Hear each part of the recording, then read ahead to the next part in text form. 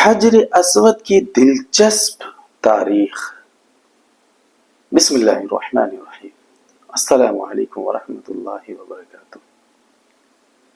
خانہ کعبہ کی مشرقی گوشے کی دیوار میں تقریباً 4 فٹ کی بلندی پر ایک قدیم اور مقدس ترین آسمانی پتھر نصب ہے جو جنت کی یاقوت میں سے ایک ہے۔ یہی پتھر حجر اسود کہلاتا ہے۔ حجر اسود عربی زبان کے 2 الفاظ کا مجموعہ ہے۔ حجر عربی میں پتھر کو کہتے ہیں اور اسود عربی میں سفید رنگ کو کہتے ہیں،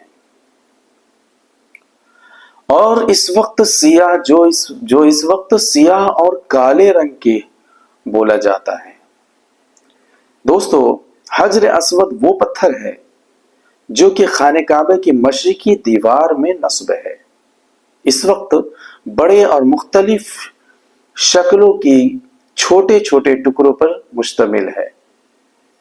یہ ٹکڑے اندازاً 2.5 فٹ قطر کے دائرے میں جڑے ہوئے ہیں، جن کے گرد چاندی کا گول چکر بنا ہوا ہے۔ جو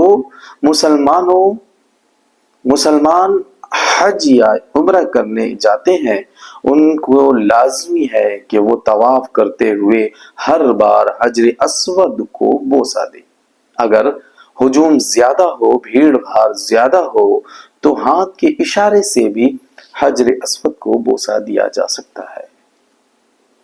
کروڑوں فرزندان اسلام کے محور کعبے کا یہ پتھر صرف مسلمانوں کے لیے ہی نہیں بلکہ تمام مذاہب کے پیروکاروں کے لیے مقدس ہے، اور وہ اس پتھر کو اللہ تبارک و تعالی کی نشانی قرار دیتے ہیں۔ دوستو، حجر اسود کی اہمیت و فضیلت کے ساتھ ساتھ اس کی دلچسپ تاریخ بھی ہے جس کا جاننا ہر مسلمانوں کے لیے ضروری ہے۔ مسلمانوں ہی نہیں بلکہ تمام مذاہب کے لوگوں کے لیے بھی جاننا بہت ضروری ہے۔ یہ اتنا نایاب پتھر ہے کہ اسے آسمان سے سیدھا اتارا گیا۔ آج کی اس ویڈیو میں ہم آپ کو حجر اسود کی مکمل ترین تاریخ بتائیں گے کہ یہ آسمان سے کب اور کیسے اتارا گیا۔ یہ ایک سفید رنگ کا پتھر اب مکمل طور پر سیاہ یعنی کالے ہو چکا ہے۔ یہ 22 سال تک خانہ کعبہ سے جدا کیوں رہا؟ وہ کون بدبخت تھا جس نے حجر اسود کو چوری کیا؟ حجر اسود 8 حصوں میں کیسے تقسیم ہوا؟ حجر اسود کو واپس کون چھڑا کر لایا؟ حجر اسود کی کیا پہچان ہے؟ حجر اسود کی تنصیب کا فریضہ کس خوش نصیب بستی نے انجام دیا؟ اس سب کے ساتھ ساتھ ہم آپ کو احادیث مبارکہ کی روشنی میں حجر اسود کی فضیلت بھی بتائیں گے۔ ان سب باتوں کے بارے میں جاننے کے لیے آپ سے بس چھوٹی سی گزارش ہے کہ آپ اگر ہمارے چینل پر نئے ہیں تو برائے مہربانی ہماری اس چینل کو سبسکرائب ضرور کر لیں، اور اگر آپ نے اب تک ہماری چینل کے بیل آئیکن کو نہیں دبایا ہے تو وہ بھی ضرور دبا لیں تاکہ ہمارے ہر آنے والی ویڈیو آپ تک سب سے پہلے پہنچ جائے۔ دوستو، خانہ کعبہ جو کہ پوری دنیا میں سب مسلمانوں کا قبلہ ہے، یہ تو آپ جانتے ہی ہیں، اور دنیا کی پہلی مسجد الحرام کے وسط میں واقع ہے۔ مسجد الحرام کی خصوصیت یہ ہے کہ اللہ تعالیٰ نے اسے امن کا گہوارہ بنایا ہے، اور اس میں ایک نماز پڑھنے کا ثواب 1000 نماز پڑھنے کے برابر ہے۔ اللہ تعالیٰ نے خانہ کعبہ کو باقی زمین سے افضل بنایا ہے۔ اللہ تبارک و تعالیٰ نے خانہ کعبہ کو سالوں پہلے پیدا فرمایا۔ یہ خطہ پانی پر 1000 سال چھاگ کی شکل میں تیار رہا تھا، بس اللہ تعالیٰ نے اس خطے کے نیچے زمین بچھا دی، یعنی خانہ کعبہ کا خطہ سالوں پہلے پانی پر چھاگ کی شکل میں تھا، پھر اللہ تعالیٰ نے اسی کے دائرے میں یعنی اس خطے کے دائرے میں زمین کو اللہ تعالیٰ نے بچھا دیا۔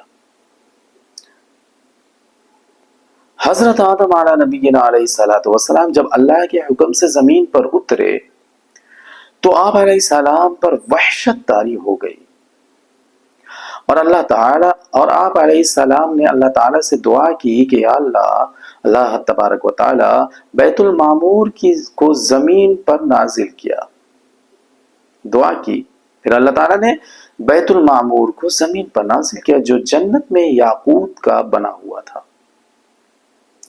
اور اس میں سب سے زبردست 2 دروازے تھے، ایک دروازہ مشرق کی طرف اور ایک دروازہ مغرب کی طرف لگا ہوا تھا۔ اللہ تبارک و تعالی نے اسے اسی جگہ رکھ دیا جہاں آج خانہ کعبہ موجود ہے۔ اللہ تبارک و تعالی نے حضرت لام کو حکم دیا کہ اسی طرح طواف کیا کر جس طرح میرے عرض کے گرد فرشتوں کو طواف کرتے تو نے دیکھا تھا، اور اس کے بعد اس کے پاس اسی طرح نماز پڑھ جس طرح میرے عرش کے پاس نماز ادا کیا کرتا تھا۔ حضرت جبرائیل علیہ السلام ارض ہند سے مکہ مکرمہ کی طرف پیدل حضرت آدم علیہ السلام ارض ہند سے مکہ مکرمہ کی طرف پیدل روانہ ہوئے تو اللہ تبارک و تعالی نے ایک فرشتے کو مقرر کر دیا تاکہ حضرت آدم علیہ السلام کی بیت اللہ کی طرف رہنمائی کر سکے۔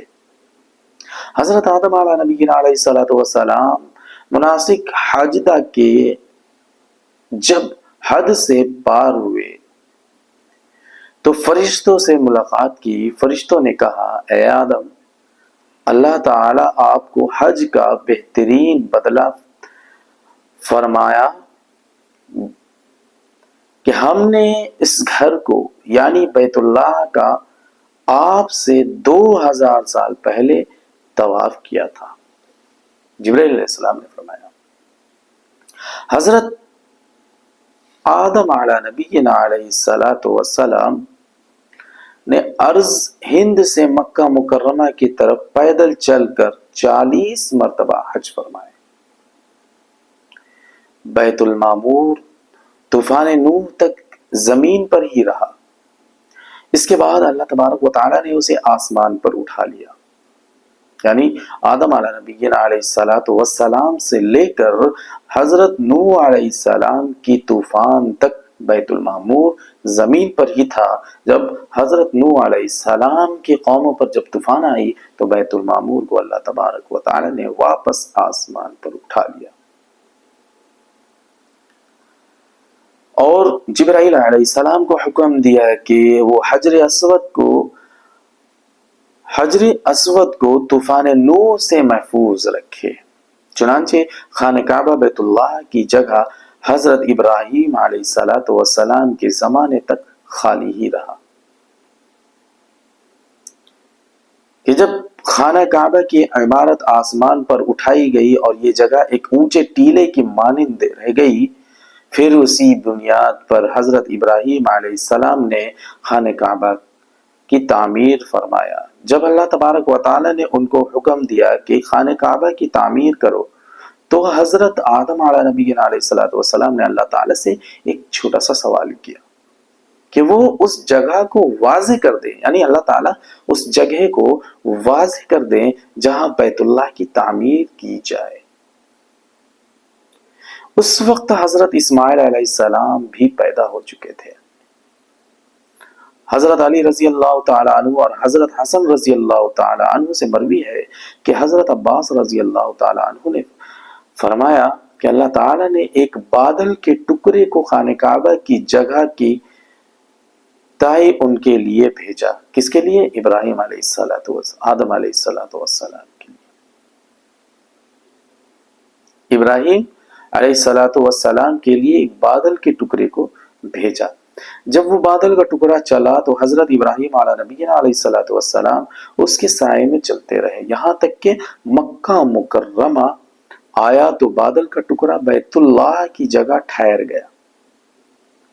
یہاں حضرت ابراہیم علیہ السلام کو آواز دی گئی، بادل کے ٹکڑے کے سائے کے نیچے خانہ کعبہ یعنی بیت اللہ کی تعمیر کرو، نہ اس میں کمی کرو نہ اس میں زیادتی کرو۔ خانہ کعبہ کی جگہ کا تعمیر تعین اور ظاہر ہونے کے بعد حضرت ابراہیم علیہ نبینا علیہ الصلوۃ والسلام نے خانہ کعبہ کی تعمیر شروع کر دی۔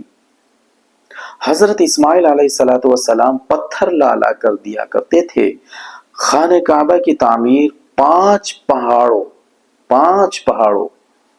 طور سینا، جبل زیتون، جبل لبنان جو ملک شام میں ہے، اور جبل جودی جو جزیرے کا پہاڑ ہے، اور جبل حرا جو مکہ مکرمہ میں واقع ہے، پتھروں سے کی گئی خانہ کعبہ کی تعمیر۔ ان 5 پہاڑوں کے پتھروں سے اور باقی پہاڑوں کے پتھروں سے بیت اللہ کی دیواریں بلند کی گئی یعنی اونچی کی گئی۔ حضرت ابراہیم علیہ السلام نے حجر اسود کی جگہ تک بیت اللہ کی تعمیر مکمل کر لی تو اپنے بیٹے اسماعیل علیہ السلام سے فرمایا کہ میرے پاس ایک بہترین اور خوبصورت پتھر لاؤ جو لوگوں کے لیے بطور علامت محفوظ رہے۔ السلام علیکم ورحمۃ اللہ۔